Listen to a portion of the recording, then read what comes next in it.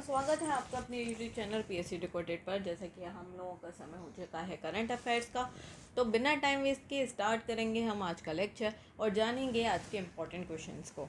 तो पहला क्वेश्चन है हमारा, हाल ही में भारत और किस देश ने आतंकवाद से निपटने के लिए संयुक्त कार्य समिति की 6ठी बैठक की है? तो किसने की है ये 6ठी बैठक? ये की है आपकी जापान ने। जापान के बारे में जानते हैं। जापान में अभी 1000 वर्ष पुराना सोमेनसेई महोत्सव समाप्त हुआ है। जापान को समुद्र के अंदर ज्वालामुखी विस्फोट के बाद एक नया द्वीप मिला है। इसरो जापान की स्पेस एजेंसी की मदद से अगला चांद का जो मिशन है उसको पूरा करने वाला है। और जापान के याकोहामा में डांसिंग पिकाचू कार्यक्रम का भी आयोजन किया गया है। अगला प्रश्न है, हाल ही में खान मंत्रालय ने ग्रेनाइट और संगमरमर के खनन पर कार्यशाला का आयोजन कहाँ किया है? तो ये किया है बेंगलुरु में। बेंगलुरु कहाँ की राजधानी है? कर्नाटक की। अगला प्रश्न, हाल ही में किसने दुनिया का पहला पूरी तरीके से 3D प्रिंटेड इंजन वाला रॉकेट लॉन्च किया है? तो ये क्या है? अग्निकुल। नेक्स्ट क्वेश्चन है, हाल ही में किस राज्य के उच्च न्यायालय ने अपनी महिला कर्मचारियों के लिए मासिक धर्म अवकाश नीति शुरू की है? सिक्किम।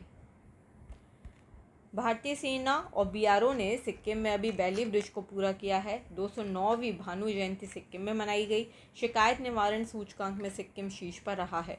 भूमचू उत्सव सिक्किम में संपन्न हुआ। सिक्किम के मुख्यमंत्री ने मेरो रुख मेरो संतति नामक पहल शुरू की है। और अभी हाल ही में सावादोवा त्योहार भी कहाँ पर बनाया गया है? सिक्किम में ही आयोजित हुआ। अगला प्रश्न है, हाल ही में इस्पात उद्योग को बढ़ावा देने के लिए अंतर्राष्ट्रीय सम्मेलन कहाँ शुरू हुआ है? रांची। रांची कहाँ की राजधानी है? झारखंड की। इसे झीलों की नगरी भी कहा जाता है। अगला प्रश्न है, हाल ही में भारत का पहला शहरी रोपवे अगर 2024 में बनकर तैयार हो जाएगा, कहाँ पर? वाराणसी में।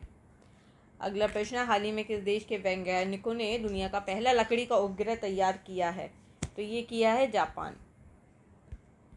अगला प्रश्न है, हाल ही में हर्ष कुमार जैन किस देश में भारत के नए राजदूत नियुक्त हुए हैं? फिलीपींस। राकेश रंजन को कर्मचारी चयन आयोग का अध्यक्ष चुना गया है। प्रदीप कुमार त्रिपाठी को लोकपाल का सचिव नियुक्त किया है। पी संतोष को NARCL का MD और CEO नियुक्त किया गया। संजीव जैन विप्रो के नए CEO बने हैं।